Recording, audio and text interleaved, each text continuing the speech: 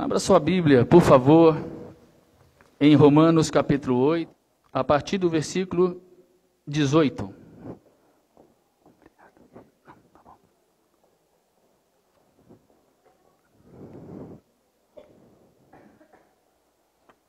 Romanos 8, a partir do 18.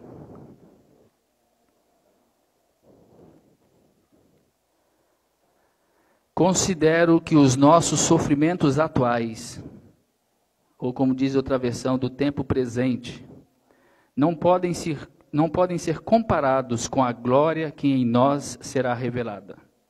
A natureza criada aguarda com grande expectativa que os filhos de Deus sejam revelados, pois ela foi submetida à inutilidade, não pela sua própria escolha, mas por causa da vontade daquele que a sujeitou, na esperança de que a própria natureza criada será libertada da escravidão, da decadência em que se encontra, recebendo a gloriosa liberdade dos filhos de Deus. Sabemos que toda a natureza criada geme até agora, como em dores de parto. E não só isso, mas nós mesmos que temos os primeiros frutos do Espírito, gememos interiormente, esperando ansiosamente nossa adoção como filhos, a redenção do nosso corpo. Pois nessa esperança fomos salvos. Mas a esperança que se vê não é esperança. Quem espera por aquilo que está vendo? Mas se esperamos o que ainda não vemos, aguardamo-lo pacientemente. Da mesma forma, o Espírito nos ajuda em nossa fraqueza, pois não sabemos como orar.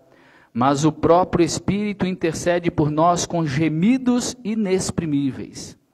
E aquele que sonda os corações conhece a intenção do Espírito, porque o Espírito intercede pelos santos de acordo com a vontade de Deus. Esse texto está cheio de gemidos. A criação, obrigado André, a criação toda geme, como que em dores de parto.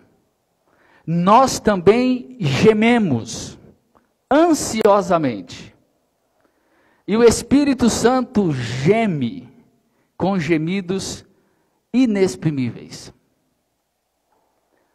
A humanidade está repleta de gemidos. Se nós pudéssemos ouvir os gemidos de toda a terra, de toda a natureza, nós ouviríamos gemidos constantes, ininterruptos, e os mais variados gemidos.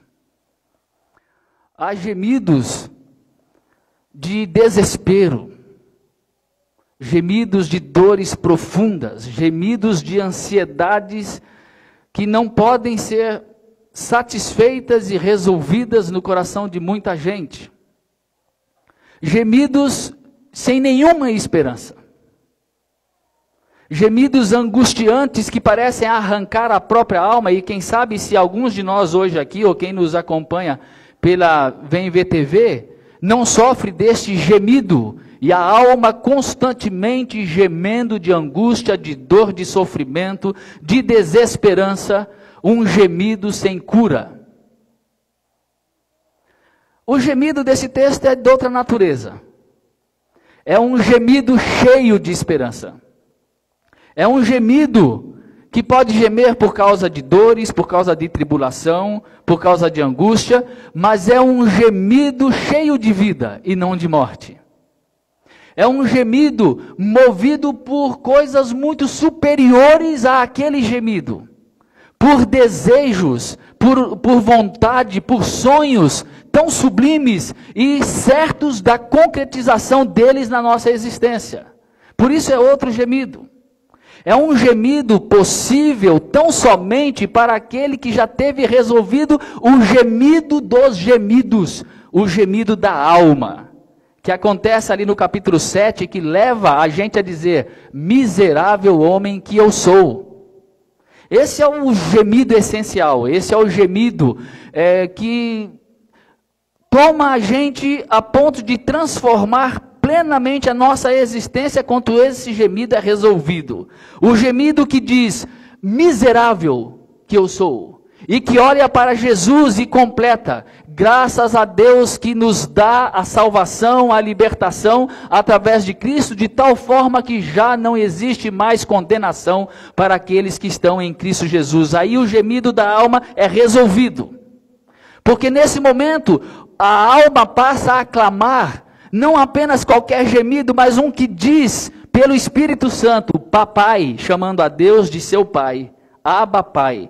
É aquele que o Espírito coloca em nós, aquele gemido do Espírito, que clama pelo Pai como Pai, que clama por alguém que é o seu Senhor, o seu Salvador, o seu Libertador, aquele que colocou o gemido em liberdade. Agora, uma vez o gemido da alma curado pela cruz, uma vez que o gemido da alma perdida, escravizada, é libertado pela graça de Deus, nós passamos a viver algo que parece um paradoxo, uma coisa incoerente, porque nós estamos numa coisa que já é, na eternidade real, plena em nós, mas que ainda não se realizou enquanto nós caminhamos aqui. Porque é preciso continuar caminhando aqui. A vida continua sendo historificada, realizada existencialmente na vida de cada um de nós. E as dores, as tribulações, as lutas, os sofrimentos fazem parte de completar essa obra que se realiza em nosso coração. Portanto, os gemidos daqueles que encontram a Cristo é de outra natureza. E na verdade, bem-aventurado é aquele que geme esses gemidos. E é uma tristeza que desses gemidos muitas pessoas não participem deles. Porque perdem privilégios que só tais gemidos podem trazer. Esse texto começa dizendo aí no versículo 18: considero que os nossos sofrimentos atuais não podem ser comparados com a glória que em nós será revelada. Nós temos a realidade plena, confirmada, garantida, e nós caminhamos para ela, mas ela ainda não se realizou plenamente em nossa história humana, porque ainda continuamos pisando na mesma terra, na mesma existência humana, cheia de suas complexidades, de suas dúvidas, de suas dores, de suas dubiedades, de suas fragilidades, de sua pecaminosidade, de sua corrupção, de seus erros, de tudo aquilo que a humanidade traz. Portanto, é algo que parece completamente incoerente, incompatível com tal existência espiritual e plena em Cristo, enquanto caminhamos aqui envolvidos por tanta coisa que nada tem a ver com o céu, mas tudo a ver com o aqui e o agora. Eu tenho por certo, disse o apóstolo Paulo, que os sofrimentos do tempo presente não se comparam com a glória que haverá de ser revelada. Isso que ele está dizendo é o mesmo que o apóstolo Pedro também diz, noutras palavras, quando ele fala a respeito dessa gloriosa esperança na vinda de Cristo, essa certeza absoluta, confirmada pelo Espírito em nosso coração, de que nós temos uma herança que jamais poderá perecer, uma herança que nunca vai poder macular-se ou perder o seu valor, uma herança que está guardada nos céus para vocês, que mediante a fé são protegidos pelo poder de Deus até chegar à salvação prestes a ser revelada no último tempo. Aí ele diz, nisso, ou seja, nessa verdade, nessa realidade, nessa esperança, vocês exultam, ainda que agora por um pouco de tempo devam ser entristecidos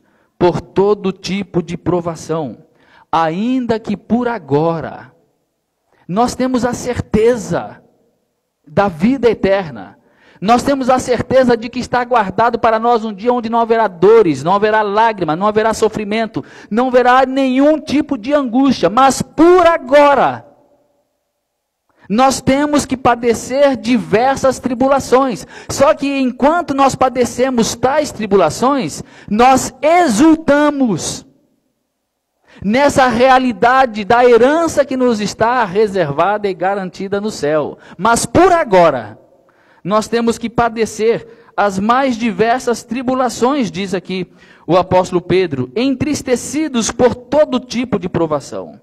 Assim acontece para que fique comprovado que a fé que vocês têm, muito mais valiosa do que o ouro que perece, mesmo que refinado pelo fogo, é genuína e resultará em louvor, glória e honra quando Jesus Cristo for revelado. O apóstolo Paulo fala num outro texto, escrevendo aos Colossenses, que a nossa vida está escondida por Cristo em Deus.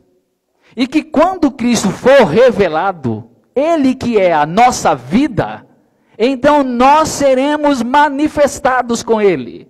Aí sim nós seremos plenos. Aí nós seremos completos. Aí nada disso, de sofrimentos e dores existirá. Então, enquanto Jesus é revelado, nós padecemos. Mas tudo isso renudará em louvor, glória e honra quando Jesus Cristo for revelado. Mesmo não o tendo visto, vocês o amam. E apesar de não o verem agora, creem nele e exultam com alegria indizível e gloriosa. Você prestou atenção nisso? Vocês não o tendo visto, o amam. E se alegram com uma alegria indizível. Mas tudo isso em meio à tribulação. Enquanto se passa pela tribulação, o gemido da alma não é o gemido sem esperança. O gemido da alma não é o gemido de alguém que está perdido, se perdendo sem esperança neste mundo. Ainda que se passe, enquanto passa pela tribulação, é um gemido da alma, que vislumbra, que contempla a glória que virá depois. Os sofrimentos do tempo presente, dos tempos atuais, nem se comparam com a glória que haverá de ser revelada em Cristo para nós. E então nós exultamos e nos alegramos com uma alegria indizível. É isso que Pedro diz e que todos os apóstolos completam e confirmam em todos os seus escritos. A natureza criada aguarda com grande expectativa que os filhos de Deus sejam revelados, pois ela foi submetida à inutilidade, não pela sua própria escolha, mas por causa da vontade daquele que a sujeitou, na esperança de que a própria natureza criada será libertada da escravidão, da decadência em que se encontra. Tudo está interligado. Toda a criação, sopro de Deus em nós, palavra de Deus criadora e fazendo o mundo no qual nós habitamos, tudo interligado, e a natureza geme também, aguardando ser libertada da escravidão a que foi submetida. E nós, como seres humanos, agimos contra a natureza, escravizamos a natureza, toda a criação sofre por nossa causa. E toda a criação geme. Ah, se nós pudéssemos ouvir os gemidos das árvores, dos animais, dos peixes, de toda a criação que geme na expectativa de ser libertada. Porque tudo está escravizado. Tudo está preso, então nós vivemos nessa situação que é estranha, que enquanto algo já é real na eternidade, algo já foi completado, garantido, cumprido, está consumado plenamente, eu ainda vivo aqui, preso a uma existência escravizada às mais diversas situações de prisão. E junto comigo, toda a criação geme. Junto comigo, toda a criação sofre. E todos nós sofremos as consequências desse gemido. Dessas dores que todo mundo enfrenta. A criação geme, mas a própria criação aguarda com expectativa o dia da nossa redenção completa e plena.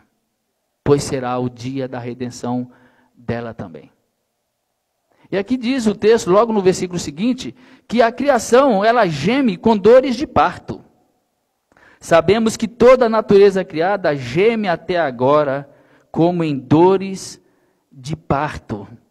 A criação parece estar parindo a redenção dela. Parindo de séculos, milênios de dores, de gestação, angustiante, mas esperançosa, por saber que a redenção vem. E ela chegará certamente como o Criador que a fez. Mas o acúmulo da maldade, o acúmulo da destruição, o acúmulo da ganância humana, por absorver e destruir todos os recursos naturais, faz com que a natureza esteja gemendo e em dores de parto, não vendo a hora de dar à luz. Porque a mulher que entra nas dores do parto, não vê a hora de passar aquele momento de dor para poder ter nos braços o fruto daquela dor que traz toda a alegria, ainda que passando pela dor, a suporta com toda a felicidade, pois sabe que depois terá o prêmio de toda aquela dor. E assim é com aquele que geme, depois de ter sido curado do gemido da alma pela cruz de Cristo.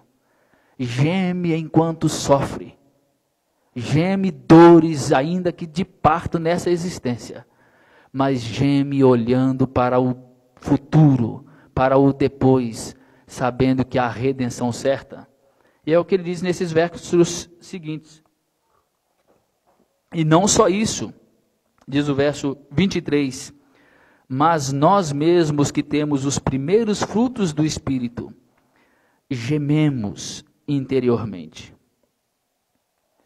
Gememos interiormente, esperando ansiosamente nossa adoção como filhos, a redenção do nosso corpo.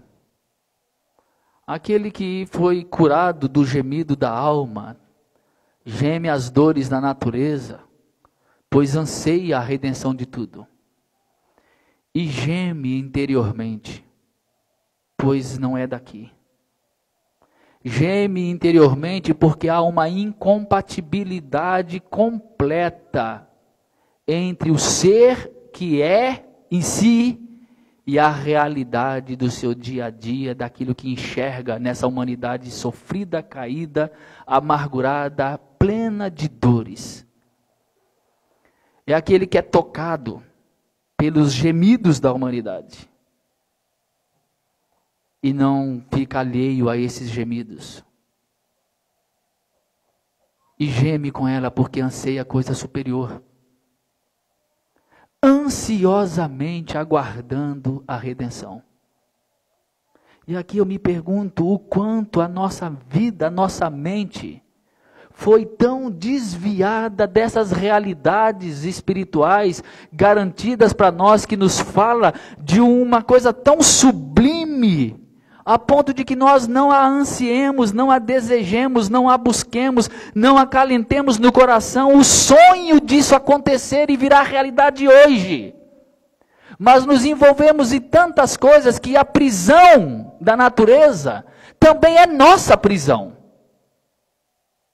Ou não é verdade que nós estamos presos numa ciranda maluca sem sentido? A maioria de nós. Vivemos de segunda a segunda para fazer funcionar uma estrutura que não tem o menor sentido e que não realiza bem nenhum. A maioria de nós passa entre paredes, tijolos, vidros, papéis, máquinas, computadores, para fazer funcionar um sistema. E gastamos nisso a nossa vida toda. Dia após dia, após dia, após dia, e depois vamos para a nossa prisão chamada casa. E nos trancamos dentro dessa casa, para sairmos no outro dia de manhã, para continuarmos na mesma prisão, sem sentido. Lutando para sobreviver, para pagar as contas. Ou se já passamos desse nível de apenas pagar contas, juntamos e queremos juntar mais e queremos juntar mais, porque queremos comprar mais, porque queremos ter mais, porque precisamos ter mais, porque não podemos ficar só com o que temos. E tudo isso é nossa escravidão também. E quando a gente tem Cristo, e quando nossa alma é liberta dessa maluquice humana, ainda que envolvidos nisso tudo, a nossa alma não pode aspirar por outra coisa senão ansiosamente a redenção do corpo dessa prisão, a fim de que possamos desfrutar daquilo que é muito mais sublime, que nem olhos viram, nem ouvidos ouviram, nem jamais penetrou em coração humano o que Deus tem preparado para aqueles que o amam. Nem olhos viram, nem ouvidos ouviram, nem jamais penetrou em coração humano. E nós achamos que construir uma vida bonita, rica, plena aqui nessa terra é alguma coisa que de fato vale a pena. E nós lutamos por isso. E nós buscamos isto. E nós queremos diplomas. E nós queremos concursos. Nós queremos segurança. Segurança e mais segurança. E eu pergunto, qual é a segurança que pode existir nesse mundo? Nós também que temos as primícias do Espírito. Nós que temos o Espírito vivemos esse gemido interior. Esse gemido de uma incompatibilidade, de uma existência em Cristo que não combina com essa existência humana corrompida, caída, cheia de dores, de lágrimas, de gemidos os mais diversos e que não é aquilo para o que nós fomos criados. E aquele que assim foi liberto do gemido da alma, gemerá todo dia desejando Cristo e a volta dele definitiva para a redenção do corpo. Mas sabe, nós nem temos tempo para pensarmos assim, para gemermos assim, para ansiarmos assim, para desejarmos assim, para colocarmos a nossa alma em sintonia com isso.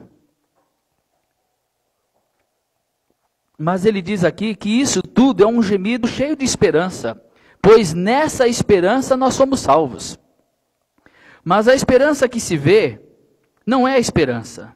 Quem espera por aquilo que está vendo? Mas se esperamos o que ainda não vemos, aguardamo-lo pacientemente. Essa é a caminhada daquele que caminha com Cristo.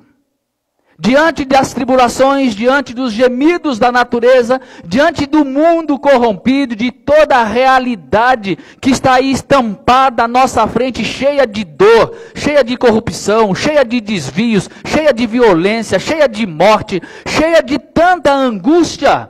Diante de tudo isso, ainda que a gente gema, ainda que a gente sofra, ainda que a gente seja atacado e acertado por essa mesma realidade em nosso corpo, em nossa vida, ainda assim nós caminhamos como quem espera algo superior. E é nessa esperança que nós somos salvos, diz o apóstolo Paulo. Essa é a esperança que nos move, a fim de que nós não sejamos escravizados a essa realidade humana e possamos viver uma realidade superior, infinitamente sublime em relação a ela.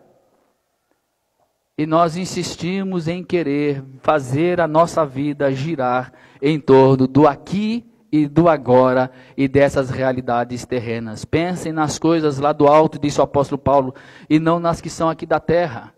Porque lá no alto, em Cristo, é que a vida de vocês está guardada e não aqui nessa terra. Ajuntem para vocês tesouros no céu, onde a traça e a ferrugem não corroem, onde os ladrões não escavam nem roubam. Ajuntem tesouros para vocês nos céus. Porque se vocês ajuntarem tesouros nessa terra, aqui eles perecerão, porque aqui a traça corrói, aqui os ladrões roubam e minam. Ajuntem tesouros nos céus. A nossa vida está lá. É para lá que vamos. E nós insistimos em deixar a nossa vida estar envolvida quase que 100% com aquilo que nada tem a ver com a nossa esperança. Eu falo tudo isso porque eu tenho sempre pensado nisso, no desejo de ter o meu corpo, a minha vida liberta disso, de que no que nós estamos envolvidos e que parece não podermos fugir. Eu passei dos meus 12 anos até 6 anos atrás envolvido com aquilo que nós chamamos de as coisas de Deus. Pois eu comecei a pregar com 12 anos. E desde os 12 eu prego. Ininterruptamente. E desde os 12 eu já sabia que minha vocação, o meu desejo, o meu prazer era pregar.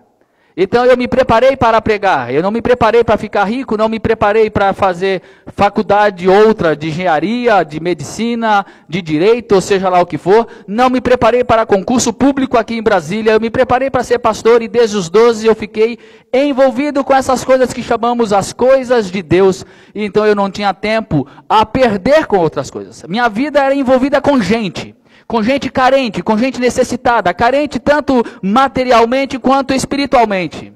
A minha vida era envolvida o tempo todo, quase que o dia inteiro, sem ter descanso muitas vezes, falando de Cristo nos mais diversos lugares. E aí, de repente, quando eu saí da instituição religiosa, eu decidi que eu precisava trabalhar, fazer tendas, para poder sustentar a minha família. E eu queria algo que me deixasse livre para pregar, para viajar, e que eu pudesse morar em qualquer lugar. Então eu resolvi, vou trabalhar pela internet, porque assim eu estou livre para trabalhar e morar e pregar em qualquer lugar. Abrir uma empresa. Eu não queria ficar rico, eu só queria sustentar minha família. Eu não queria ter dor de cabeça, pelo contrário, eu queria estar livre de dor de cabeça. Eu só queria um dinheirinho que permitisse que eu pudesse continuar viajando e pregando. Mas eu não esperava que a empresa fosse dar certo. E as empresas morrem, dizem que com 5 anos a maioria morre, menos de 5 anos. Bom, a minha não morreu, a minha deu muito certo. Eu fui pregar em Salvador, e foi a primeira campanha publicitária da minha empresa. Eu levantei cedo, na noite anterior eu preparei a campanha. De manhã, antes de ir para o aeroporto, eu lancei a campanha na internet. Quando eu desci em Salvador e fui para a casa do irmão onde eu ia ficar hospedado, eu disse, eu preciso dar uma olhadinha na internet. Aí eu entrei na internet e vi que durante o meu voo de São Paulo para Brasília, eu tinha vendido o suficiente para sustentar minha casa por uns 3 meses. Então você começa a dizer, puxa, isso aqui funciona e é bom. E funcionou. Mas eu não esperava que com o sucesso da empresa e do negócio, viessem outras demandas. Porque você precisa agora atender às necessidades dos clientes, eles querem mais modernidade, eles querem outros produtos, eles querem outros serviços, eles exigem que eu me prepare, que eu cresça, que eu modernize, que eu apresente um portfólio maior. Eu preciso olhar a concorrência faminta e desonesta para vencer a concorrência, e aí você começa a ficar envolvido e atolado, telefone, mais telefone, mais telefone. Eu amo conversar com um amigo no telefone, mas as minhas conversas no telefone eram para falar de negócios. E é o maior número de telefones que eu atendo, é para tratar de negócios, é para atender clientes, é para atender parceiros, é para administrar negócios, e isso vai cansando, vai cansando, vai cansando, vai cansando, e você pensa, puxa vida, eu não estou tendo mais tempo para aquilo que é vida. E essa é uma coisinha muito simples, como um exemplo muito simples, se não simplório, dessa escravidão a uma ciranda que nos prende e que você vai sendo empurrado por uma avalanche que você precisa fazer funcionar aquele mecanismo, aquela engrenagem, no meu caso, da empresa. E eu olho tudo isso e digo, a coisa muito mais importante na vida, e eu não quero ganhar esse dinheiro, e eu não quero ter essa dor de cabeça, eu estou querendo mexer com gente. Eu quero lidar com aquilo que tem vida. Eu quero gastar tempo com aquilo que tem valor na existência, e não com aquilo que morre e vai ficar por aqui, porque por mais que eu ganhe dinheiro, vai ficar por aqui. Por mais que eu conquiste coisas, que eu compre imóveis, ou que eu compre carros, ou qualquer coisa que eu possa adquirir, com dinheiro tudo ficará por aqui. E a alma vai gemendo e dizendo, Senhor, quando é que será? Contudo, esses gemidos desse exemplo que eu acabei de citar, são gemidos que têm feito um monte de gente perder o caminho da vida. Porque não conseguem olhar para aquilo que é sublime, que é superior, que é muito maior do que eles próprios. Não tem esperança. A esperança está somente aqui. Aquele que vê, não tem por que esperar o que já está vendo. Mas aquele que não vê, esse espera pacientemente, ainda que tenha que lidar com os mais diversos dilemas nessa existência que prendem, que sufocam, que perturbam, não deixam que a mente se perca sem olhar o maior, o grandioso, o sublime, o nosso futuro, o nosso alvo, a nossa caminhada para onde estamos indo. E eu sei muito bem para onde estou indo, e é para a glória com Cristo. Diante disto, nada nessa terra pode ter maior valor do que Cristo. Mas é preciso continuar caminhando, então eu tenho o Espírito. Diz o verso 26, da mesma forma o Espírito nos ajuda em nossa fraqueza, pois não sabemos como orar. Diante dessa caminhada cheia de dores, de dúvidas, de temores, de angústias e de gemidos, há o gemido dos gemidos, o do Espírito. Porque nós não sabemos orar. Porque nós nem sabemos e entendemos a nossa própria existência. Nem sabemos como nos livrarmos de tudo isso. E Ele sabe. E então Ele geme, diz aqui, com gemidos inexprimíveis, intercedendo por nós. E aquele que sonda os corações conhece a intenção do Espírito, porque o Espírito intercede pelos santos de acordo com a vontade de Deus. Gemidos da criação, gemidos nossos internos e gemidos inexprimíveis do Espírito que intercede por nós. E quando nós vivemos sabendo que o Espírito intercede por nós, isso muda tudo. Isso muda o nosso caminhar. Isso muda a maneira de enxergarmos a vida. E quando nós percebemos, sabemos e nos conscientizamos e alegremente somos gratos a Ele por tudo isso, esse interceder do Espírito com gemidos inexprimíveis faz a vontade de Deus se realizar em nosso coração. Pois Ele intercede por mim, com gemidos inexprimíveis, não de acordo com a minha vontade, mas de acordo com a vontade de Deus. É o que ele fala aqui. Ele intercede por nós, intercede pelos santos, de acordo com a vontade de Deus. Portanto, quando esse gemido é um gemido diante de Cristo, é um gemido diante de Deus, é um gemido de uma alma curada na cruz de Cristo, é um gemido que passa pelas tribulações, olhando para o futuro, olhando para a eternidade, olhando para a glória, e exulta com alegria indizível. Na realidade da herança, a vontade de Deus é realizada em nosso coração. E o milagre vai acontecendo a cada dia. E sem que a gente perceba, nós vamos vivendo no meio dessa humanidade pervertida, corrompida, como quem está habitando outro universo. Ainda que não tire os seus pés do chão. Ainda que não fuja da realidade. Ainda que continue sendo a própria pessoa envolvida nos mais complexos dilemas que a existência possa oferecer. Nos mais complexos segmentos e sistemas empresariais, universitários, governamentais, ou sejam quais forem, ainda assim podendo viver acima de tudo isso, olhando para uma realidade superior. A vontade de Deus é realizada no coração daquele que geme assim, cheio de esperança, sem perder de vista a realidade da herança que está guardada nos céus para nós, e nisso nós vamos exultar, ainda que por breve tempo, que parece às vezes longo demais, tenhamos que padecer as mais diversas tribulações. E se nós continuarmos lendo esse texto, vai logo imediatamente dizer que assim sendo, todas as coisas cooperam para o bem daqueles que amam a Deus. Todas as coisas cooperam para o bem. E todas as coisas vão sempre cooperar para o bem de quem ama a Deus. Todas as coisas sempre vão se transformar em bem, pela intercessão com gemidos inexprimíveis do Espírito que faz realizar a vontade de Deus em nosso coração.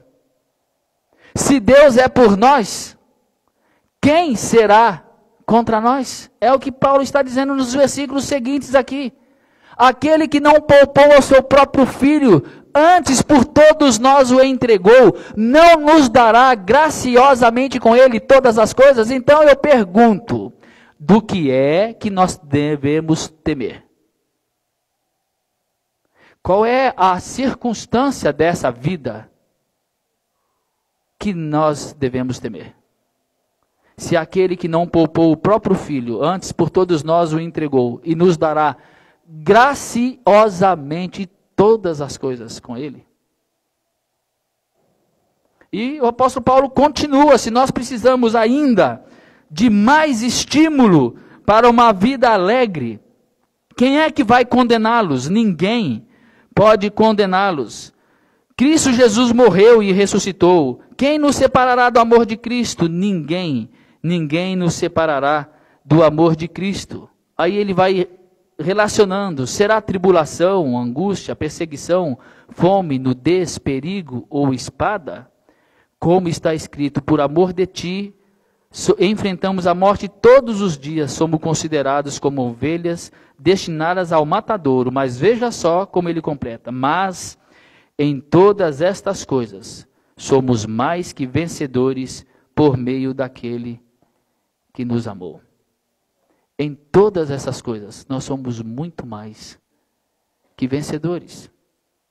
Quem diz isto é um apóstolo que sofreu as mais diversas lutas, as mais diversas perseguições, as mais diversas dores que provavelmente nenhum de nós aqui sofreu ainda.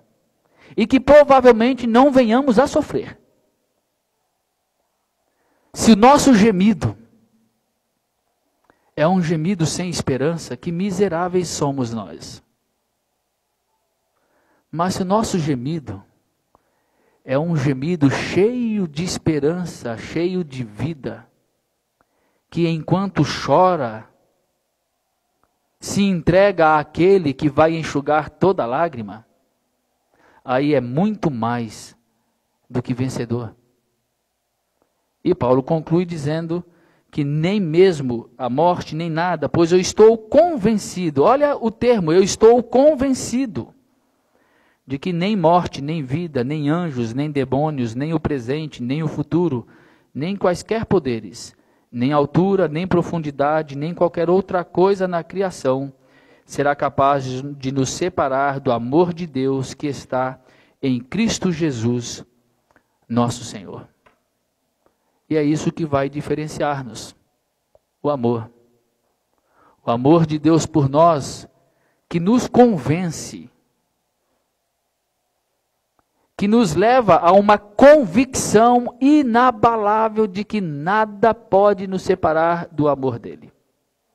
E então, recebendo este amor e vivendo com base neste amor, ainda que a nossa vida esteja envolvida numa ciranda, num sistema de manutenção de uma engrenagem, que seja a engrenagem do governo, que seja a engrenagem da sua empresa, que seja a engrenagem da sua faculdade, que seja a engrenagem que for, que não faz o menor sentido para nada além que seja morte, que seja apenas a manutenção de um sistema, ainda assim, feito com amor e repleto de amor, as pessoas à sua volta serão também tocadas pelo teu amor, porque ali tem gente.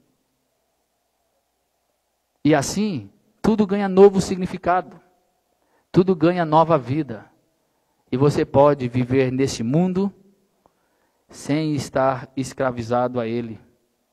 E você pode viver nesse mundo gemendo ao enxergar todas as dores da humanidade, mas entregando esse gemido àquele que nos ama e que garantiu que tudo vai dar certo. Eu sempre costumo dizer para minha mãe, em momentos de grande luta ou de quando coisas estranhas estão acontecendo, eu digo a ela: mãe, vai dar tudo certo. Aí ela diz: não, você está dizendo que vai dar certo no final, quando Cristo voltar, não é? Eu falei: pois é, já está certo, tudo vai dar certo. Então fique tranquila, porque tudo vai dar certo. Já deu, é só uma questão de tempo. Então não se preocupe com o que agora está acontecendo. Já deu certo, Portanto, continuemos a nossa vida tentando fazer o melhor com as loucuras dessa existência, gemendo um gemido cheio de esperança, porque o gemido cheio de esperança encontra respostas e soluções para os dilemas presentes, mas o gemido sem esperança só adoece a alma e nada mais. Que Deus tenha misericórdia de nós, meus irmãos, para que os gemidos da nossa alma cheguem a Deus, cheios de esperança, para que a vontade dele seja feita em nossa vida. Amém.